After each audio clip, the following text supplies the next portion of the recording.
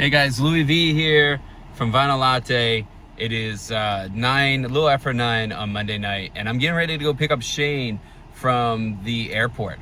He's gonna be landing in about an hour and change. I got about an hour drive, so I'm gonna go get over there, get the car parked, and go meet him at the exit gate.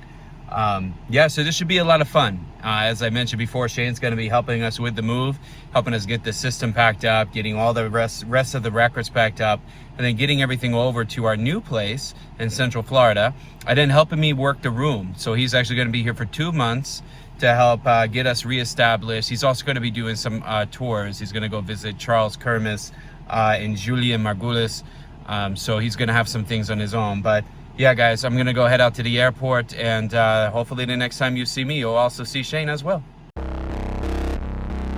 All right, it's day 2 of packing up the records, guys. And so far, we got the back wall virtually unpacked. And I got to tell you, it's been super simple to do with the BCW boxes. They've made it real simple, not only to pack up, because basically you get a calyx cube and about 25% of another one. So I've used less boxes than anticipated, but at the same time, I actually had to order more boxes. So down here, guys, I ordered another set of boxes just because I kind of underestimated how many records I have. I thought about 4,000, but as packing them up, it seems to be a little bit more than 4,000. So, and then plus we've acquired records along the way. So everything's a mess, guys, because of the move. Normally I'm not this messy, but we got some new records from the Capitol Audio Fest. We got some new stuff here that we haven't shown yet on the channel, but we will. You can see mail, all that type of shit. Somebody now just got my personal address and bank account information. They're Googling me. They're going to stalk me. And then now what we got to do is unpack these shelves. This is all my jazz, reggae, Latino, and blues music. So we have all of this stuff that still needs to be packed. Eventually it'll need to be unpacked. And then we got to break down the room, which is all the stereo equipment. And that stuff is heavy as hell. But thank goodness I'm not doing it alone, because, guys, straight from Australia, Mr. Shane. Hey, man, how are you? It's great to be here. I'm really going to have a ball with you doing this. We're full of energy. We've got plenty of zippity-doo-dah to go. We're going to get all this sorted out. We're going to get it all packed into its boxes. And we're going to get it all down to Florida, aren't we? We are going to get it down to Florida. And then we're going to film the unpacking process. Now, Shane and I, we were actually doing some research actually this morning, taking a look at the room on video, because I had a chance to walk through the new estate. And we got some challenges up ahead of us, no doubt. We're going to try to figure out the best way to get this stereo system integrated into the new joint. Plus, we're going to have to figure out where the records are going to go, because the stereo system is going to go in the living area. So those that are at home that can't have a dedicated listening room, and your stereo system needs to be integrated into the home theater system. So you want to have a nice 2-channel, and you want to have a nice home theater system for the wife and the kiddos. We're going to walk through how to set that up. We're going to try to also tackle some very complicated things in the room, which I don't know if we're actually going to get really nailed down, because everything we do in that living space has to have spousal approval, which I know a lot of y'all at home are familiar with. Mate, I'm good with spousal approval, don't you worry. I can make things happen out of nothing when it comes to setting up acoustically a room. So we're going to work on that. We're going to make sure that it is spousal approved, and we're going to try and deal with some of that, what I imagine is going to be a bit of slap echo in there, which from what I can see from just looking at the room. So I'll be in there clapping, making a total idiot out of myself when I get in there. And then we're going to work out where we're going to position the system, how we're going to make that work so that we get the best for this man here, and we get the best for the channel, and we get the best for his wife. There you go. The best of everything that we need to do, the trifecta. And of course, I'm going to add the best for our friends as well, because you said you're not leaving until you hear this stereo sound good. Absolutely. Now I'm gonna toot my own horn for a moment here. Okay. Shane actually complimented. He said, I got the best sound I possibly could out of this room. So that means I did all the right things. Yeah. But there's definitely areas of improvement, which we've already knew about, and I've already told you that too. I'm like, listen, there's going to be some limitations of this room because we're in a small quarter. So this equipment, we talked about this on the channel a few times, is too large for the room. This equipment is too large for the room. But I bought it knowing that I wouldn't be in this space forever. Now I'm moving to a larger space. I'm hoping what we can do is get this set up so we can get the depth in the music, because I think that's what's been missing the most, is getting that depth. Hearing instruments all the way in the back and all the way on the side of you. I really want to open up the sound stage. I really want to be able to be immersed in 2-channel, which done right can be immersive. You don't need surround sound for that. You don't need surround sound. We don't need any digital. Well, we shouldn't no Bach need any, or nothing like. We don't need anything that's going to imitate 3-dimensional sound. No. If it's done right. If it's set up right, it's there. Right, exactly. You just have to flesh it out. Right. And that comes down to system positioning. It comes down to room acoustics and room treatment. That's what it is. And that's what we're going to get right in the new space. That's what we're going to get right. So I will also toot my own horn and say, you know, we've done a lot of modifications to the Riga P10. For those that are new to the channel, we're running tons of modifications here, right? We have the SuperTrack tone arm, which is a sideways unipivot tone arm that we done an unboxing video of. I'm going to do a full-on review. Shane wants to spend more time with it, and I'm going to include his thoughts and opinions in that review. So that's going to come out in December, guys. We also are running the Stein Music, the Perfect Interface mat. This is the mat I recommend. Shane actually took my recommendation on this, ended up getting one himself, and says this is one of the most beautiful mats he's ever heard. And I agree. This is why I keep recommending it. We also are using the Dubstar 50 feet for the Riga P10. So this is a hot rod at P10. And Shane, what did you say about the P10? Well, I think, mate, this is probably as good as I've ever heard a P10 sound in all the times I've heard them. Yeah, for sure. Now, let me tell you, I think that's a little bit biased, because what I didn't tell you is that I am running his OG Lyra Kleos cartridge. So I think it's because I'm running his cartridge. That's the reason. Yeah, that's really what it is. Guys, here's the thing. It's day 2 here. We got some packing up to do. This is about the only room in the entire house that hasn't been touched yet. So we got to get cracking on in this, because not only do we have all of this that we got to break down, we got to break down the Calyx shelf. So we got to get all these records out of here still. I still have a closet full of stuff that needs to get packed up.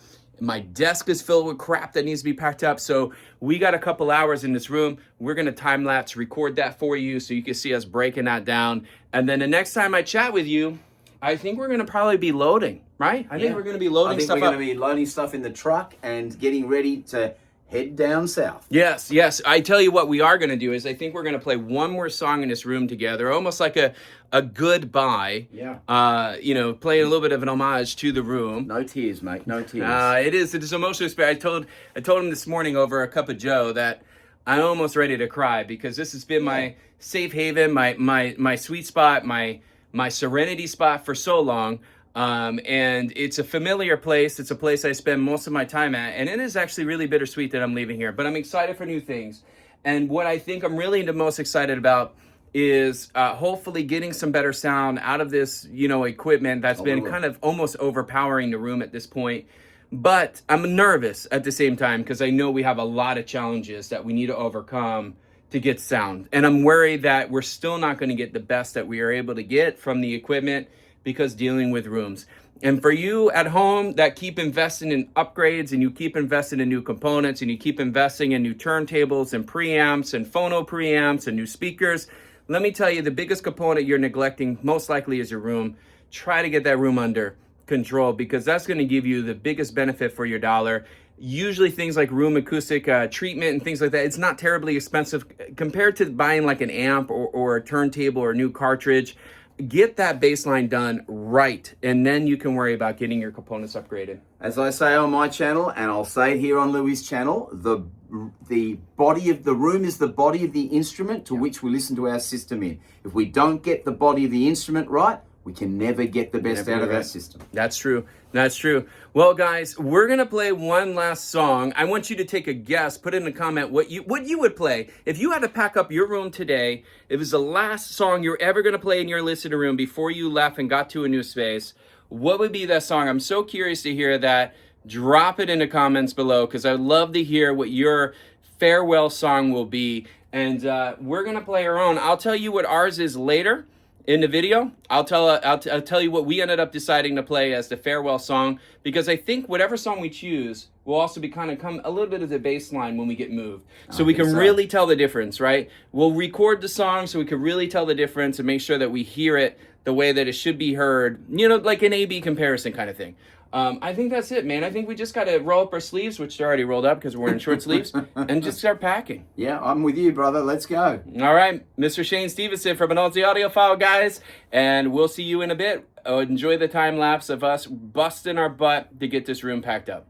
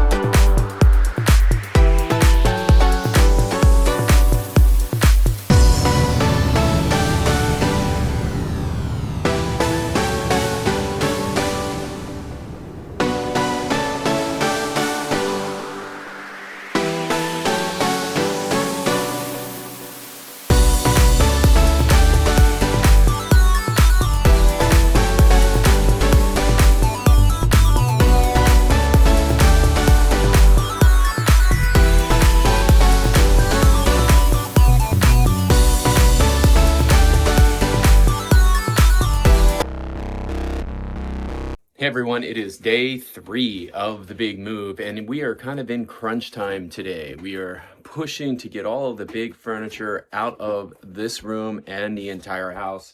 We have a lot of work ahead of us still, but today is the day where we plan on loading up all the trucks. So fingers crossed that it goes smoothly, smoother than we're mentally thinking it's going to be.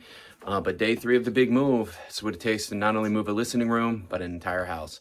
We'll check in when we make a little bit more progress.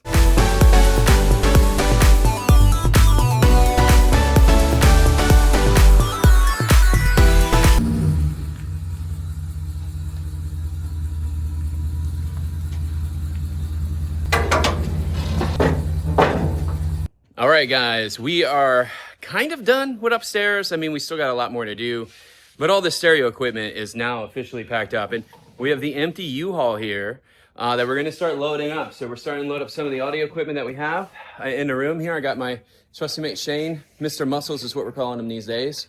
So we're gonna time lapse this video for you. You're gonna see us load up all the audio equipment and all the records that we packed up, and we'll see how much it fills up this 20-foot U-Haul truck. So here we go. You watch and we'll do the work.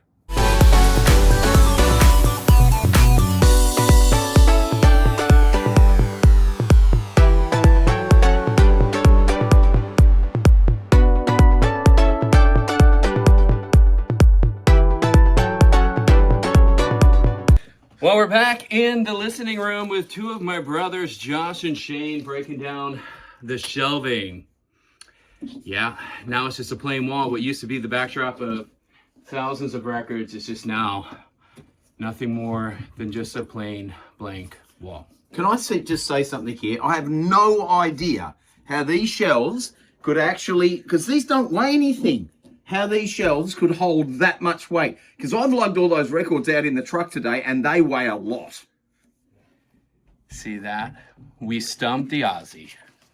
Hey, did he ever? He's killing me. More to come. At least Josh is working and not complaining. I mean, you know, there's that. I can complain more. He could complain more. Guys, listen, if you got to pack up your listening room, record room, bring some friends. Not only does it help with the labor, but it adds to the laugh. So we're going to disconnect now because we got work to do. Cheers.